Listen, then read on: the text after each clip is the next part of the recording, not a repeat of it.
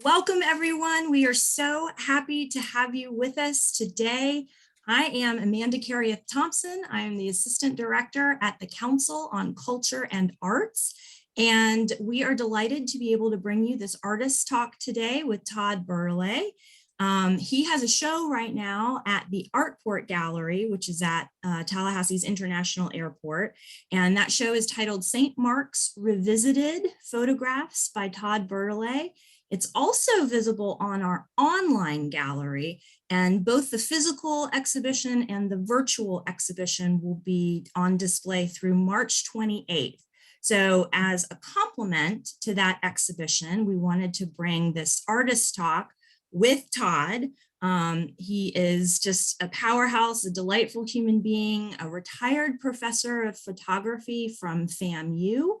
And he has been awarded all kinds of grants and fellowships and awards, including the John Simon Guggenheim Foundation Memorial Fellowship and 3 individual artist fellowships from the state of Florida Division of Cultural Affairs.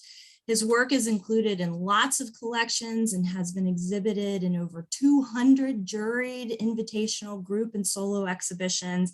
And he's been photographing since 1971.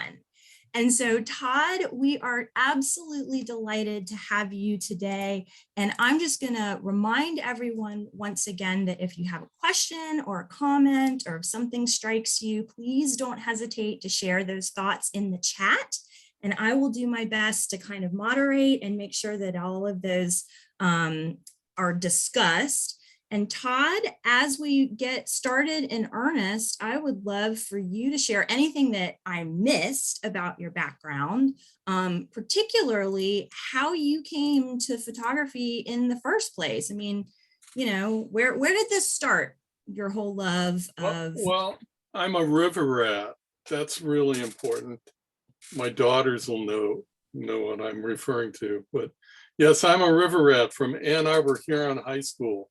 That's and that's where I started my formal photography education. Early on, I used to kind of dawdle behind my grandfather, who was an amateur photographer. He was a country doctor in a small town in Wisconsin during the Depression, and his hobby was photography. From way back, I probably even before he was a doctor, when he was a farm kid in rural Wisconsin, and so when he was a town doctor, he photographed all of the Founders Day things, and they had, you know, donkey basketball, and you know, he was a big member of the community, important member of the community. So, you know, he was called upon to do certain things. And he always had his camera there. And during the 50s, when vaccinations came out, he was in public health. And at that time, he had a Crown Graphic camera, which is, when you go back to all the old detective noir, the film noir movies, was a press camera, the Ouija camera. And it had 4x5 negatives, which is really important. He had a dark room in his house, but he took a lot of, you know, pictures with that camera, and because they were 4x5 negatives, they're just outstanding. So I have all kinds of pictures of town events and vaccination things and whatnot that are pretty cool. So it feels very, very timely too. Yeah, it really has been in the last few years. And so, yeah, that's kind of, that was always in the back of my mind, and plus the fact, you know, I grew up in that age, and Melissa will probably go, yeah. You know, we were all trying to find a way to express ourselves and be, you know, that in the 60s and 70s, and you know, photography was it. That's where, you know, I found my way to express myself. Who outside of your family members have been inspirations to you? Have you had a specific teacher or a mentor or someone else in the photography field that you look to as you were developing your own style and expertise? Yeah, I don't know if it's so much style, but just I had good teachers. I really, looking back on it, the first photography teacher that I had in high school was just an outstanding human being, and you know, he was a biology teacher, a science teacher, and photography was kind of his thing.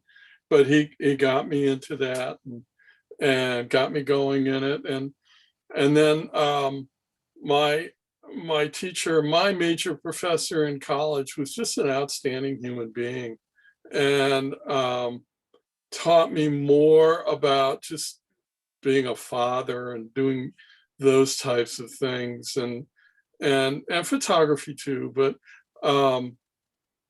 you know, so many of us that go into the arts are discouraged because you can't make a living doing that. And I had the misfortune of having a father that was a professor at the University of Michigan, and also an administrator, and he taught educational administration. So a number of his students were teachers at my high school, and guidance counselors, and my guidance counselor was one of his students, and she would always, veer me away from certain things. And even though I was able to take photography, it was like, well, you really can't make a living at that. And kind of, I was convinced that you couldn't do that. And my father listened to her too. And so it took a while for me to, muddle through, and after 2-3 years going, I'm going to follow my heart and I'm going to do this. And you can make a living at it. I'm so glad to hear you say that. And I think that those are really inspirational words, and your experience is so common, unfortunately. I talk to young people often who tell me very similar stories, and it really breaks my heart. And so I love the fact that you are an exuberantly successful example of the fact that you can be an artist who does this for a living. It absolutely is a real thing. And I'm just so glad to be able to have folks like you that I can point kids to as an example for that. So thank you. Tell me a little bit about your teaching. It feels like your entree into education is sort of a foregone conclusion. Yeah, Tell me yeah. about your philosophy as a teacher. Teaching was a family business, I guess. Yeah. Yeah, and I don't want to. My father and mother were very supportive of me, my endeavors, but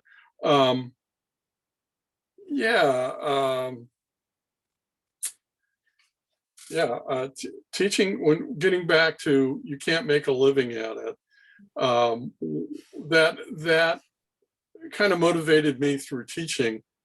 And my major professor was, he was a trained commercial photographer, and he taught the fine art aspects, but he also taught the trade aspects of it. And he was very, you're going to be able to get out there and make money, support yourself. And so in my teaching, I've always, that's always been an important aspect. Okay, how are we going to, as a friend of mine recently said, how are you going to monetize this? How are you going to survive so that you can do these things? A friend of mine, Roland Miller, and I, when we were running the program at Brevard Community College, we were really proud of placing our students, getting our students placed. And then when I was at FAMU and started the program at FAMU, at one point early on, I think 5, 6, 8 years in, looking at all of our graduates, we only had one graduate that did get a job in photography, and he had a few job offers with newspapers, and he wanted to move to Chicago. So, I mean, so we were always trying to, it was important for us to dispel that kind of notion that you can't make a living doing this. Thank you. Thank you for that. Aside from the fact that this absolutely can be someone's livelihood, it's also such a spiritual endeavor. I mean, it really, Yeah. it fills you up and it feeds your soul. And I know that that certainly is true for you.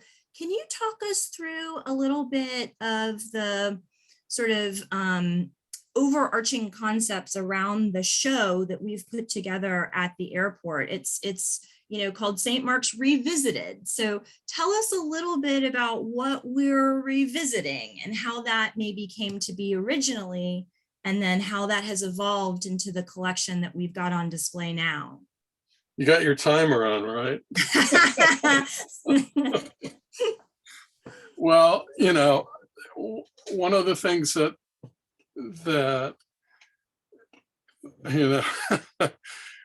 yeah, getting back to, I made that comment about Melissa, and I being from this era, where you're trying to express yourself, it's real important. And being out of the 60s and breaking down norms and breaking down barriers and whatnot. But what's really important is you have to know where the barriers are, and you have to know what the norms are, so that you can successfully go at breaking them down. And for me, yeah, there's the emotional aspects of this, and you really have to, you get into this because of the emotional aspects, because you want to do this. But if you're going to bring this across to your viewers, you have to know the structure and the rules of the media. And if you want to break the rules, you have to know the rules. And so for me, going and learning the rules, Walker Evans is one of my go-tos all the time. And one of the reasons for that is that photography is a two-dimensional, it's a flat media.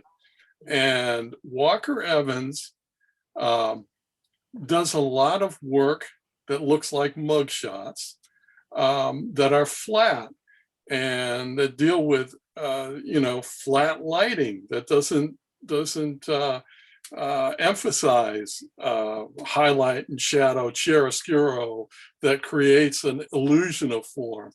And so learning that and learning how that kind of works, and then moving that into, okay, creating a realistic situation. Okay, you've got the Walker Evans stuff where it's flat, it's two-dimensional, it's Mondrian-ish in the way that it's done. Well, how are we going to make it look like reality, and going from the flat two-dimensional front light to side light with a highlight and a shadow, creating three-dimensional form, learning the difference between, and not only the difference physically, but linguistically between shape and form, and the difference between two-dimensional and three-dimensional.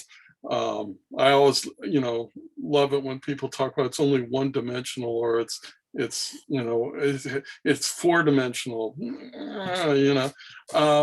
so yeah, a lot of, in my teaching, there was a lot of let's deal with the rules, let's deal with the structure, because then you can go and you can break the rules, because you know how to buttress your move by doing another move, and so on and so forth. So how was that? Did that confuse everybody?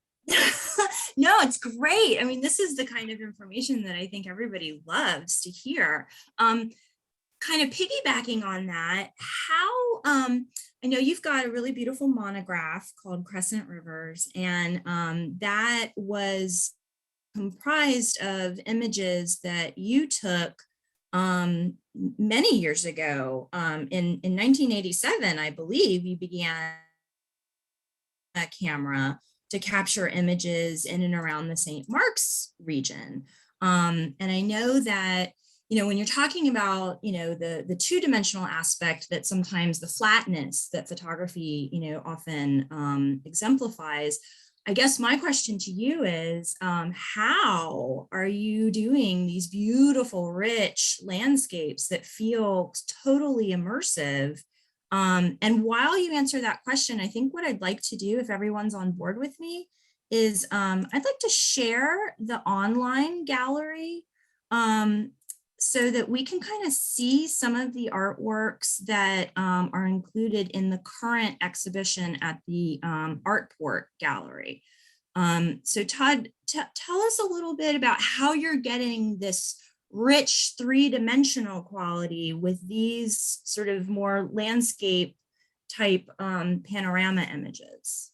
Well, I saw a name come up, Roland Miller, and I'm going to say this for Roland, especially with us transitioning into this, it's kind of order out of chaos. Going into the when we start the slideshow here. Mm-hmm. Can you see this? Can you see what I'm sharing on my screen? Yeah. Okay, yeah. good. I just want to make sure everybody has got that. The with the panorama photography, and I was kind of drawn to that because initially, when Roland and I were in school, back to when we were undergrads and graduate students at Utah State, it created this vastness across the picture plane, and it was more of a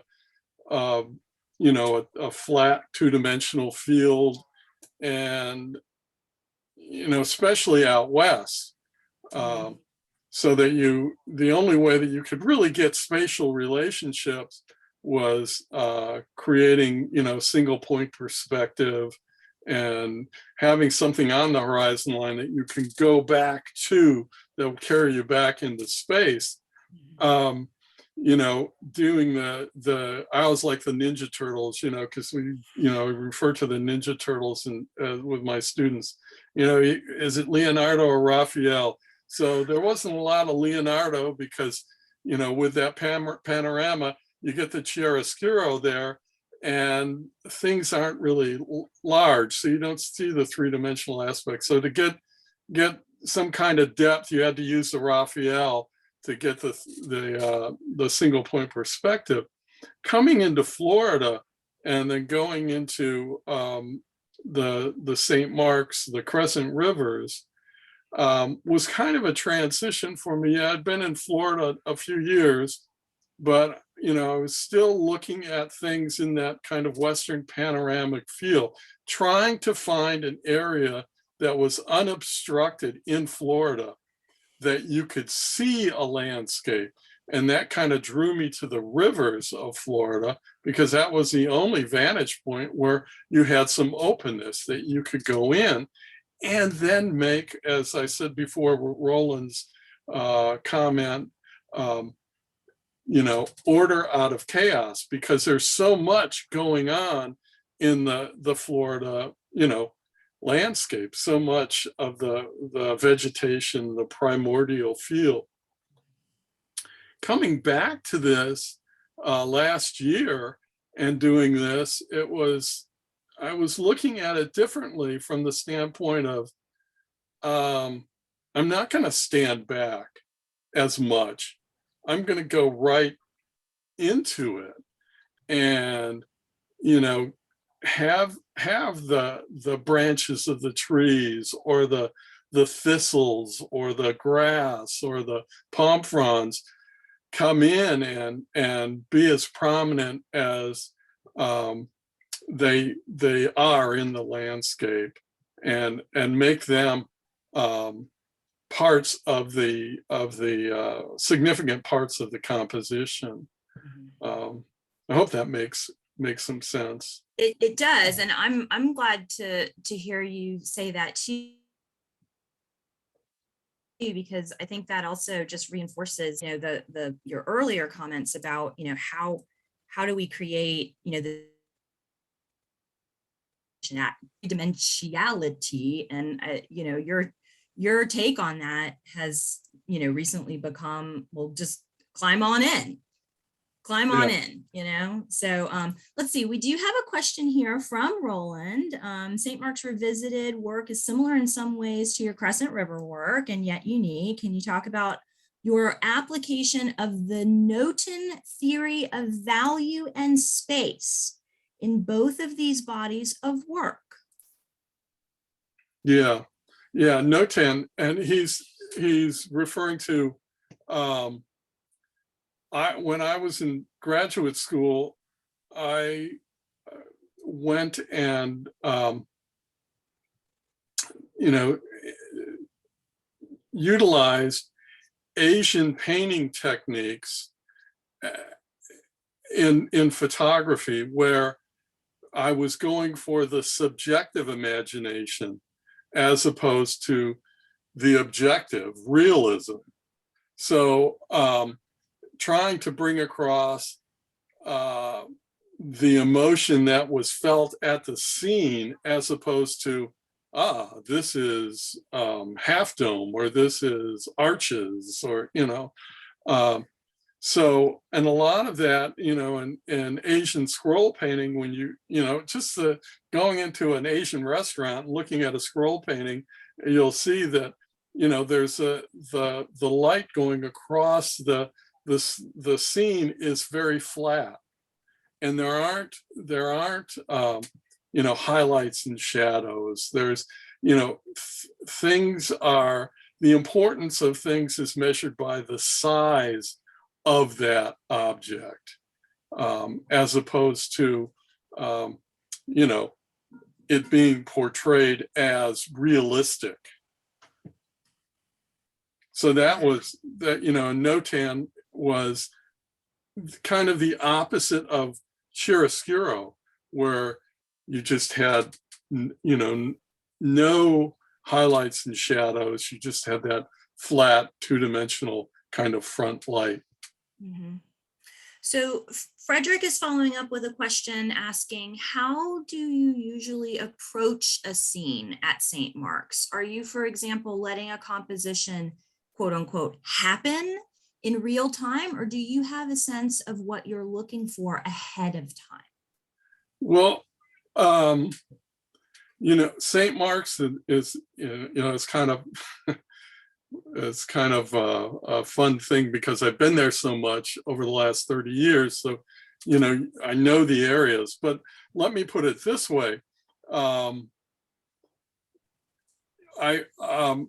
look for certain areas, as a certain feel that I want to, you know, I want to go and deal with palms, let's say, one day, or I want to deal with open space, or I want to deal with a, you know, pine forest. So I'll pick that area, I'll go to it, and then I go back to structure again. Everything is based around structure. And one of the things that you know, I always taught my students is, you're responsible for the four corners of your image. And you want to make sure that you look at those four in your viewfinder. You look at those four corners first, and you figure out what's in your picture plane, and how are you going to get your viewer to move around that image. So you may have to move your camera around, your viewfinder around, so that, you know, certain diagonals, certain objects or whatnot will move your viewer from one corner to the next, and get those people, because you don't want them going right into the center. You want them going from one area to the next and down over and traveling all around your image. With a panorama, it's particularly challenging because your aspect ratio is a lot, it's longer than a typical, as my wife refers to them, a typical chunky photograph. Yeah, that I don't know if that makes sense, but I love that explanation. I think it's in composition. The idea behind composition is to engage your viewer, for as long as you can, and keep them there looking at stuff, and your eye, roams around and finds new little details to focus on. The longer you can keep them there. Right, exactly. Well, here's one that came on the screen right now, and this one in particular. I can stop at one of them. Tell me which one to stop at. It was the well, let's go back. Let's go back to the Coca, the first one where you have the Coca. Yeah, this one? Just go to that one. Let me find the real version of that, and then we can look at it together and kind of dissect it if you want. That was one of my personal favorites, and so selfishly I used it as one of the big promotional images because I love it so much. Yeah, and this is, if you look into the corners, especially when you're looking at the photograph, the upper left, the branch is right there, and you follow that around, and you've got, the main thing that you want to do when you go out, what Frederick was asking is, you look at the corners and you want to identify diagonals and curvilinear objects in your picture plane that are going to, because they're going to be the ones that are going to move you around from corner to corner. So, we go in the upper left-hand corner, and there we have the branches, and they're curvilinear. They move you right down, and it's not exactly into the center, but it's a little off right, and then you hit down to the base of the tree, and then it's kind of like boom, right down to that rock, and then there's the darkness. You go back up, and the curvilinear from the tree again is coming down, and it's moving you around. And then the palm fronds on the left side and the palm fronds on the right side are kind of mimicking each other. Yeah. And then you kind of fill in aspects there. I always like to tell my students too that composing is like the Academy Awards. You go out there and the first thing you have to ask yourself after you found something is you have to ask yourself, is the light right? How am I going to deal with the light? You move around to where you get the shadows and the highlights, or just the flatness correct. And then you identify your main subject and your secondary subject. So you get it's the Academy Awards. You get your main, your main actor, and then you get the supporting actors. And where are you going to place the supporting actors? Because they're the ones that are going to make your composition. And where does that go? Where how do you that is a great analogy. I love it. Mark F shared that these are some of the most beautiful images I've ever seen. Great observations of light. And I heartily concur. I want to point out one of the things that I enjoy most about your images, Todd, is your textures. They are so yummy and they are so varied. And, there's lots of examples. One of my favorites, again, very selfishly, is, let me see if I can find it. Is it this guy? I love this guy. Oh, okay. And I'm just crazy about, this softness. And I also love that, with the panorama, you get this sort of like curvature of the horizon line too, that I think is really, it feels like a hug. Well, the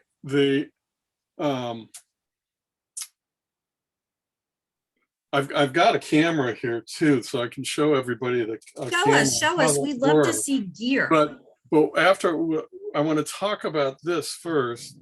Okay. Let's see, where is that camera? I said, anyways, let's talk about this first. Okay. The one of the things that I want to say about, and you talked about the light and the textures and whatnot. I always often hear people talk about, when's the best time to photograph, and then argue about, light, as far as, well, the best time to really photograph is when the light is low on the horizon and you get these outstanding shadows. And well, the best time to photograph is when you're able to photograph.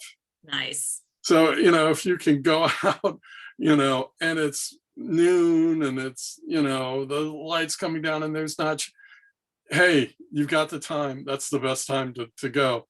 Great advice. My wife has been really bugging me lately, saying, you really are a person who likes routine. You really like routine. And it kind of shows in these photographs, in that I do my routine and then I go out photographing. So all of these photographs were taken, at noon, 1 o'clock until like 3 or 4 o'clock in the afternoon. I could have been out there early in the morning. That's the best time to photograph. And light in the early morning is really great. Or in the afternoon around sunset. Well, I got to be home. So the block of time was that time when it's really not. So again, it gets back to identifying what's going on in your scene, and how are you going to transpose that so that it works. And this one in particular is just subtleties to me. Okay, I've got the subtleties of the tone in the grass, and how am I going to make that come out so that there's that movement back into space. You have this dark area, and then you have the flowers are the highlights, and then you have that dark area up around the ridge of the horizon in the forest there, and then you have that block of dark palm fronds off to the right, and it's all kind of again, and this is kind of Asian painting technique where you're moving up the image, in a progression to the back. And then just to throw things off a little bit, I tilted the camera down because the camera lens moves, and it moves, and when you tilt it down, it bends the horizon, and it creates that hill where there really isn't a hill. Or if I were to tip it up, it would create a bow, and would give it that bow, which I don't think in this group we have many, but in those ones that you really like, the just pointing the camera up in the trees, I think those have a little bow in them. If I don't. This is a good example. You can kind of see the concavity here a little bit, just in the composition. This is and we didn't plan that out either. That was pretty good. Yeah. Tell us a little bit. I know that you spend a lot of time tromping around St. Mark's, but you also spend quite a bit of time tromping around the Hickory Mound impoundment. Hickory Mound. Tell us about that. Yeah, Hickory Mound is really awesome.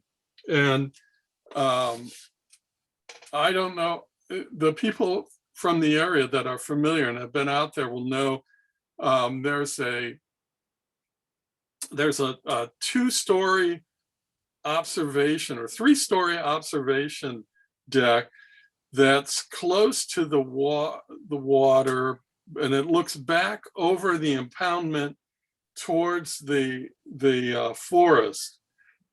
and the forest is a palm forest on the edge, and there are palm hammocks and a couple of oak hammocks that are out there on that kind of savanna area. And I've always, looked at those hammocks, and man, I want to get out there to those palms and really get out there. And you really never could, because the grass is so high. And of course, those of us in Florida know that you go out in that grass, it's going to cut you up. And so I don't know, it was last March or so, end of February, beginning of March, I went out there, and lo and behold, they were clear burning the area. They were doing a burn, and they burned all the grass down. And it's like, oh man, this is awesome.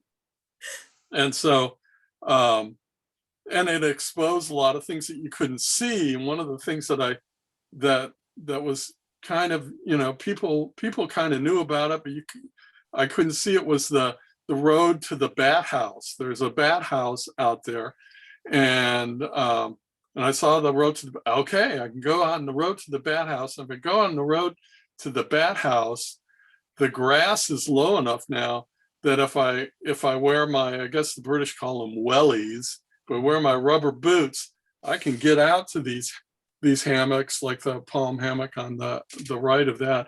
And I can really slog off to the left and go north and get into the palm forest. And that was really cool, because I got out there and I got into these palms, and I saw that some of these palms were planted, and I don't know how, who planted them or what, but they were in circles, these giant circles. And and then there were these little ponds, freshwater ponds that were in there. And so I did a lot of work out there. And it was funny too, from the standpoint, I don't know what pollen was going on out there in March and April last year, but it was really bad. So I was wearing my mask that I usually wear in town, in Home Depot and the grocery stores. And a couple of times some good old boys saw me wearing this mask, going, what are you wearing a mask? And it's like, man, the pollen is so bad. But I wore the mask, and I never got a sinus infection last year. So it's like, hey, doubly beneficial for all kinds of reasons. Yeah. So I have to assume that you've had, you talk about, a run-in with pollen and a run-in with some good old boys. I have to assume there's been some run-in with wildlife. And I cannot even begin to imagine, how buggy it might be, or if you, find yourself awfully close to a cottonmouth. Or do you have any stories about close encounters that? Yeah, we call them, and the kids, my girls grew up in the canoes. They were really young. Nora will tell you, she has memories of me picking them up from their mother's morning out, or their preschool at noon, and with the canoe, and we went right from their preschool to the river. And then her little sister had a fascination with snakes, and so part of Nora's thing was having to make sure that AJ didn't grab a baby cottonmouth or along the way, and out in the canoe. So we had a lot of that. I can remember one time really trucking it. I was out way in the hinterlands of St. Mark's, and the sun was going down, and I was a couple miles from the road, and I really needed to beat feet, and there had been a control burn, and I wasn't watching the road, the path. Essentially, it was like that last photograph with the two wagon ruts, and I was really trucking. I had a camera tripod on my shoulder, and I don't know what made me look down, but I looked down right before I was about to step on the head of a diamondback that was stretched across, and it was the biggest thing.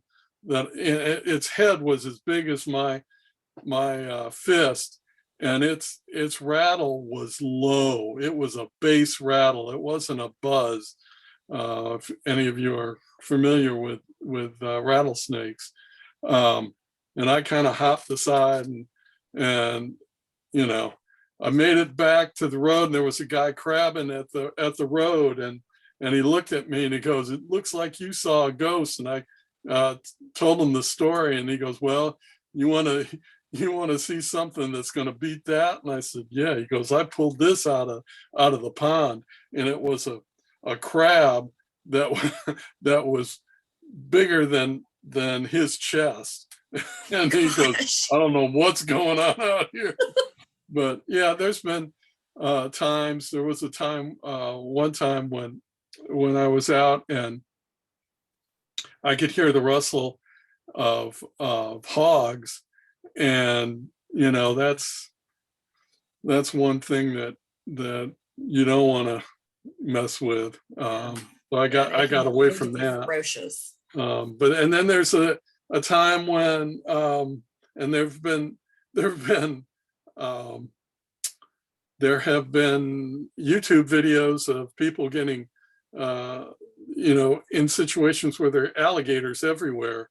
And I got in one of those one time in the Okefenokee swamp when I was out photographing, and that story is too long to tell.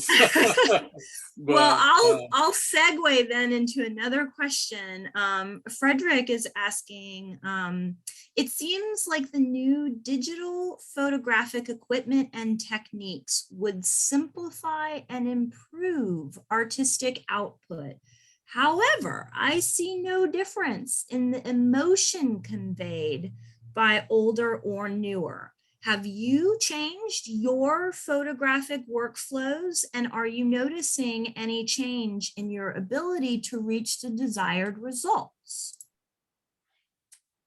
Well, I think part of it is, it's all delivery system. So I use a lot of digital from the standpoint of from film on. So these were printed on an inkjet printer. So I digitized the images and worked on the images, in Photoshop after I scanned them. And there were things that I could do and pull out of the image that you just couldn't do with conventional printing, and that said, though, there's something just incredibly beautiful about a silver gelatin print that's printed out the correct way. And I think you have to look at photography now as, what is your purpose, and what is your delivery system that you're going to choose. And then the other thing is, for me, is what I'm comfortable doing and what motivates me to do it. I just love doing film with a camera, and I love the process, and I love being able to compound my own developers from scratch. It's sort of like, my mother making her special cookies. Nobody else can do this. So there's a lot of Merlin in this.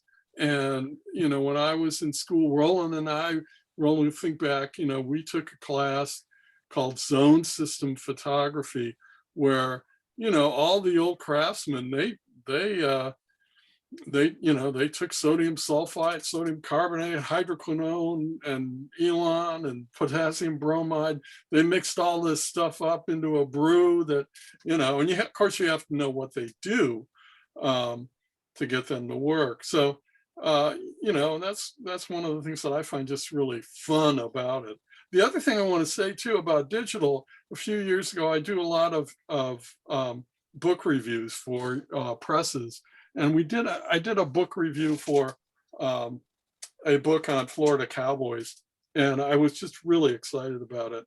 And it was a great book, and and it came out, and I was real excited when it came out. And one of my colleagues from over in Pensacola had come over, and he does a lot.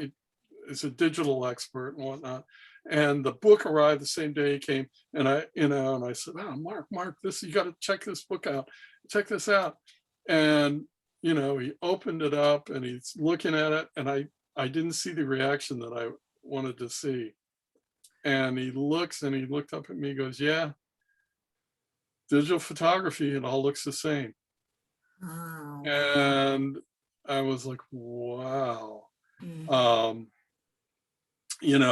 That but I think he was referring to the old National Geographic photographers like Sam Abel and William Albert Allard, who knew the palettes of the different color films and could make their images go to that. I don't know if that can occur so much with the digital sensors in different digital cameras. Roland Miller, who's there in our group here today, he could talk about that, because he's done fantastic work with the abandoned in place, the abandoned space launch centers down in Cape Canaveral, and even the International Space Center, and he used all digital cameras, and they're just unbelievable photographs. But as far as I'm concerned, this is kind of the route that I go. I mix them, I hybrid it. Almost 45 minutes, huh? we are we're rounding the corner, definitely, on our conversation today, and you've been so great, Todd. Show us what you've got there. I think I've got a wide lux camera. This is a camera that I use a newer version of this now, but I don't know if you can see, if the light will let you see, but the camera in the newspaper, I described it to the reporter as being a brick with a toilet paper roll through it, because it's got this round, and the lens is right here, and when you make the exposure, it travels across. I don't know if you can see it traveling across. Mm. It's kind of dark, but it travels across. And let's open up the back. If I can show this, get this open. Is it too dark? Can you see into the back at all? Yeah, angle it up a little bit, like tip the bottom. Yeah, there you go. Now we can see it a little bit better. But this is, the film goes and it bends across this toilet paper roll, and there's a slit, and I'm gonna do the exposure again.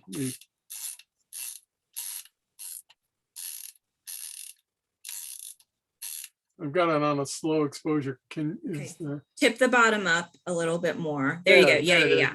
Now do it. If you can see the slit. Yeah, there it goes.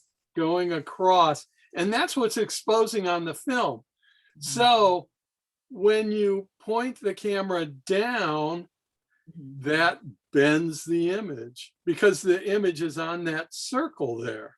And when you point it up, it bows it, and that's how, now, back in the day, all of the big group photos they did with a big, huge camera like this, and it even straight, it'll cigar the image. So the people on the ends had to come out and the people in the center had to go back. So it would look like a straight line.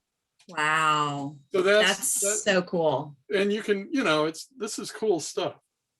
Now, one little thing on these portable ones, the military developed them for photographing artillery. Huh. So again, it's something out of like our space program and all that kind of stuff. Right. Something comes out of war. What can you name the camera that you're holding in your hand? The camera that I'm holding, and this is the kind of the one that everybody knows more. It's called a wide lux. Okay. Wide lux. Mm-hmm. And the camera that I use for this project, same kind of 35 millimeter camera, but a newer version. This is all mechanical. This is all springs and whatnot. But the newer one that I use is called a Noblex, and it's electric motors. So it's smoother and it's got a German lens and it's, do you have any, like antique cameras or vintage cameras that you've collected and actually use? Yeah. I use. Do you have some favorites? Well, I use my grandfather's Crown Graphic, and I don't have that right here, but I've got one that is similar. This is a field camera, and it's a 4x5. The back here is the size of the film. The film goes in a holder, a holder like this. Okay. That slides in. And most of the 20th century landscape photographers like Ansel Adams and whatnot used cameras that were like this. And they came out, they had a bellows, the lenses on the, and you viewed through the back with the hood type with the deal. hood type thing. And this is actually compact. You hit me on a day where I actually have, I've been cleaning up my darkroom. You were here when that. What? Yeah. But this is one of the reasons why I always kind of laugh. People will say, "Oh man, you're the Ansel Adams of